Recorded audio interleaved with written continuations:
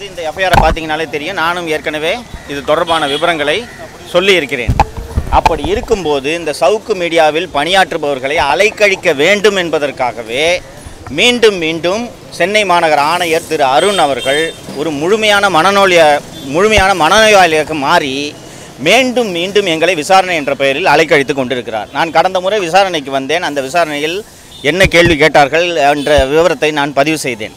இந்த வழக்கில் நீங்கள் இந்த மாதிரி ஒரு குறிப்பிட்ட ஆளை கொலை செய்யறதுக்கு ஆள் அனுப்பிச்சிங்களா இல்லையா, இவ்வளோ தான் கேள்வி.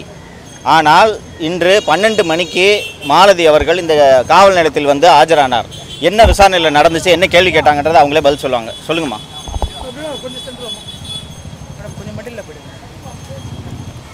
அதான் கொலை முயற்சி அப்படின்ற வழக்கில் தான் எங்களை சம்மன் பண்ணாங்க. நான் வந்து இங்கே என்கொயரிக்கு வந்தேன்.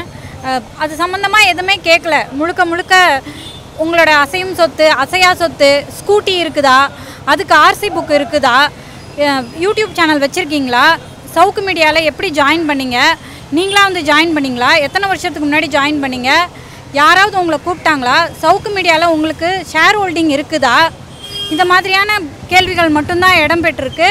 அவங்க முழுக்க தெரிஞ்சிக்க விரும்புகிறது என்னென்னா, என்கிட்ட என்ன மாதிரியான சொத்துக்கள் இருக்குது அப்படின்றத தெரிஞ்சிக்க விரும்புகிறாங்க. ப்ளஸ் இந்த யூடியூப் சேனல் என்னதா, அதில் வந்து எவ்வளோ ஷேர்ஸ் வருது, எவ்வளோ வருமானம் வருது அப்படிங்கிறது தான் மேக்ஸிமம் கேள்வியாக இருந்தது.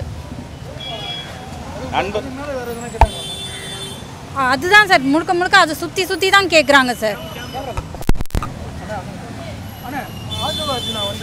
நான் இதை முடிச்சிடறேன். நான் இதை பற்றி பேசியிருக்கேன். நண்பர்களே, நீங்கள் பார்த்துருப்பீங்க, அந்த அவங்க அளித்த சம்மன் தொடர்பாக நாங்கள் இன்றைக்கி விசாரணைக்கு ஒத்துழைக்க வேண்டும் என்று வந்து இங்கே ஆஜரானால் 12 மணிக்கு இங்கே விசாரணைக்கு வந்தாங்க. மணி 1:40 ஆகுது.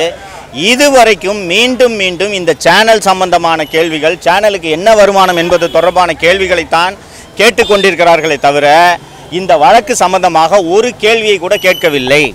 இவங்க பசிக்குது, எனக்கு மயக்கம் வருது என்று சொல்கிறார்கள். இல்லை, இன்னும் கேள்வி முடியல, நீங்கள் காத்துருங்க என்று சொல்கிறார்கள். ஒரு காவல்துறை அதிகாரி ஒரு குற்றவாளியை விசாரணை செய்யும் போது கேள்விகளை கேட்டு குற்றவாளி என்ன பதில் சொல்கிறாரோ அதை எழுதி கொள்ள வேண்டும். மாறாக இங்கே எக்ஸாம் கண்டக்ட் பண்ணுற மாதிரி 4 ஒயிட் ஷீட்டை கொடுத்து கேள்விகளையும் இவங்களே எழுத சொல்லி பதிலையும் இவங்களே எழுத சொல்லி கிட்டத்தட்ட 40 கேள்விகளுக்கு இவர் பதில் எழுதிவிட்டு வந்திருக்கிறார். இது வெளிப்படையான துன்புறுத்தும் செயலை தவிர வேறு எதுவுமாக இதை சொல்ல முடியாது. முழுக்க துன்புறுத்த வேண்டும், சவுக்கு சேனல் நடத்தக்கூடாது என்பதற்காகவே இதுபோல் மீண்டும் சம்மன் அனுப்பி பல்வேறு வழக்குகளில் எங்களை சிக்க வைக்கணும், இந்த சேனல் நடத்தக்கூடாது என்பதற்காக சென்னை மாநகர ஆணையர் திரு அருண் அவர்கள் தொடர்ந்து முயற்சி செய்து கொண்டிருக்கிறார். நாங்கள் நீதிமன்றத்தின் உத்தரவின் அடிப்படையில் இந்த விசாரணைக்கு வந்து ஆஜரானோம். பார்த்தீங்கன்னா இவங்க மாலதி அவர்கள் குறிப்பிட்டது போல் எவ்வளோ வருமானம் வருது, யார் ஷேர் ஹோல்டரு, எத்தனை சப்ஸ்கிரைபர்ஸு, எதுக்கு வேலைக்கு சேர்ந்தீங்கன்னு இந்த வழக்குக்கும் இதற்கும் சம்பந்தமில்லாத கேள்விகளை இவர்கள் மீண்டும் கேட்டுக்கொண்டிருக்கிறார்கள். எங்கள் நண்பர்களே, நீங்கள் அத்தனை பேருமே பத்திரிகையாளர் தான். நாங்கள் டெய்லி யூடியூப் சேனலில் நாங்கள் ஷோ பண்ணணும். காலையில் போய் ஷூட்டிங் முடித்தாதான் மாலை 6 மணி அல்லது 7 மணிக்கு நாங்கள் வீடியோவை வெளியிட முடியும். இப்படி ஒவ்வொரு போலீஸ் ஸ்டேஷன்லேயே போய் காலையிலேருந்து சாயங்காலம் வரைக்கும் உட்காந்துக்கிட்டு இருந்தோன்னா நாங்கள் சேனலில் வீடியோ எப்படி வெளியிடுறது? ஸோ இந்த வீடியோவை வெளியிட விடாமல் தடுக்க வேண்டும் என்ற ஒற்றை நோக்கத்துக்காகத்தான் இந்த சென்னை மாநகர ஆணையர் திரு அருண் அவர்கள் இதுபோல பல்வேறு வழக்குகளில் சவுக்கு மீடியாவில் பணியாற்றுபவர்களையும் என்னையும் சிக்க வைத்து இந்த தீவிர முயற்சிகளில் ஈடுபட்டு கொண்டிருக்கிறார். கடந்த 1 ஆண்டு காலமாகவே திரு அருண் அவர்கள் இந்த சவுக்கு மீடியாவை முடக்க வேண்டும் என்பதற்காக 24 மணி நேரமும் இதை பற்றியே சிந்தித்து கொண்டிருக்கிறார். கிட்டத்தட்ட முழுக்க அருண் வந்து ஒரு மனநோயாளியாகவே மாறிவிட்டார். அதனால் சைக்கோத்தனமாக பல்வேறு வழக்குகளில் சவுக்கு மீடியாவில் இருக்கிறவங்களை சிக்க வச்சு, அதுவும் இந்த மாதிரி வழக்குகளில் பெரும்பாலான வழக்குகளில் யார் இதில் புகார்தாரராக இருக்கிறார்கள் என்று பார்த்தீர்கள் என்றால் காவல்துறையில் பணியாற்றுபவர்களே புகார்தாரராக இருக்கிறார்கள். இதுபோல சகட்டு மேனிக்கு பொய் வழக்குகளை பதிவு செய்து அந்த வழக்குகளில் விசாரணை என்ற பெயரில் சம்மன் அளித்து இதுபோல என்னையும் என்னோடு பணியாற்றுபவர்களையும் காவல் நிலையத்திற்கு அழைத்து சம்பந்தமில்லாத கேள்விகளை கேட்டு காலை முதல் மாலை வரை உட்கார வைத்து நமது சேனல் நடக்க விடாமல் முடக்க வேண்டும் என்பதுதான் இவர்களுடைய ஒற்றை நோக்கமாக இருக்கிறது.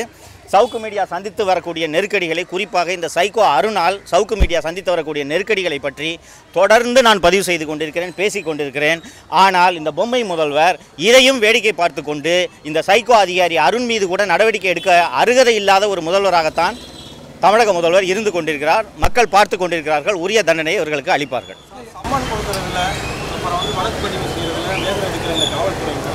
ஏன் வந்து அந்த அந்த மிரட்டினவங்களை வந்து பேசுனாங்க, உங்கள் பேரை பயன்படுத்தினாங்க அப்படின்றதுக்காக எதுக்கு அவங்கள கை செய்யாமல் இவ்வளோ தூரம் இருக்காங்க?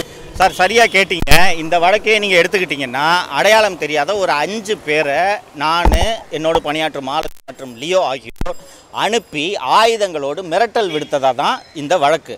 அந்த அடையாளம் தெரியாத 5 பேரை இதுவரை இந்த காவல் நிலையத்தினர் கண்டுபிடிக்கவே இல்லை. ஃபஸ்ட்டு ஆயுதத்தை எடுத்துகிட்டு போய் மிரட்டினவனை தானுங்க முதல்ல கண்டுபிடிக்கணும். அதுக்கு பிறகு தான் உன்னை யார் அனுப்பிச்சா, சங்கர் அனுப்பிச்சாங்களா, மாலதி அனுப்பிச்சாங்களான்றதை கண்டுபிடிக்கணும். ஆனால் அந்த விசாரணை எதுவுமே நடத்தாமல் எங்களை கூப்பிட்டு உட்கார வச்சுக்கிட்டு கம்பெனியில் எவ்வளோ ஷேர் வச்சுருக்க, எவ்வளோ ரூபா வருது மாதம் மாதம் என்று கேட்டுக்கொண்டிருக்கிறார்கள் என்றால் இவர்களது நோக்கம் என்ன என்பதை மக்கள் புரிந்து கொள்ள வேண்டும். தேர்தல் நேரத்தில் சவுக்கு மீடியா செயல்படாமல் தடுத்து விட்டால் அதன் மூலமாக மீண்டும் திராவிட முன்னேற்ற கழகம் வெற்றி பெற்றுவிடும். திராவிட முன்னேற்ற கழகம் வெற்றி பெற்றால் மீண்டும் 3 ஆண்டுகள் கமிஷனராக தொடர்வதோடு அல்லாமல் டிஜிபியாகவும் நாம் ஆகிவிடலாம் என்று அருண் அவர்கள் கனவு காண்கிறார். அதன் அடிப்படையில் தான் சவுக்கு மீடியாவை முடக்க வேண்டும் என்று திமுகவினரை போல அருண் அவர்கள் செயல்படுகிறார். முதல்வர் ஜெயலலிதா ஆட்சியில் இருக்கிற சொல்ல, கலைஞர் அரசு பண்ண சொல்ல, கூட கனிமொழி தான் இருந்தார். ஸ்டாலின் எங்கே போனாலும் திரு கருணாநிதி அவர்கள் கைது செய்யப்படும் போது, அந்த நள்ளிரவில் கைது செய்யப்பட்ட போதும் சரி, மறுநாள் அவர் நீதிமன்றத்தில் ஆஜர்படுத்த போகும்போது மட்டும்தான் ஸ்டாலின் அவர்கள், கருணாநிதி அவர்கள் நள்ளிரவில் கைது செய்யப்பட்ட போது அன்று இரவு ஸ்டாலின் அவர்கள் பெங்களூரில் இருந்தார் என்பது அனைத்து பத்திரிகையாளர்களுக்கும் தெரியும். அவரது மகனே நேர்காணலில் தாத்தா கைது செய்யப்பட்ட போது அப்பா ஊரில் இல்லை என்பதை பதிவு செய்திருந்தார். அந்த கலைஞர் அவர்கள் கைது செய்யப்பட்ட போது, அந்த கைது செய்யப்பட்ட தருணம் முதல் சென்ட்ரல் ஜெயிலுக்கு எடுத்து செல்லப்பட்ட போதும் சரி, சிபிசிஐடி ஆஃபீஸ்லேயும் சரி, திருமதி கனிமொழி அவர்கள் தான் கருணாநிதியோடு இருந்தார் என்பதை நாம் எல்லாரும் பார்க்க முடியும். ஒரு ஸ்டாலின் அவர்கள் அன்றைக்கி ஊரில் இருந்து தானே, கூட இருக்க வேண்டியதானே, எங்கே போனார்? அதனால் அவர் தப்பி பெங்களூருக்கு சென்றிருப்பதாகத்தான் பத்திரிகையாளர்கள் மத்தியில் இருக்கக்கூடிய தகவல்.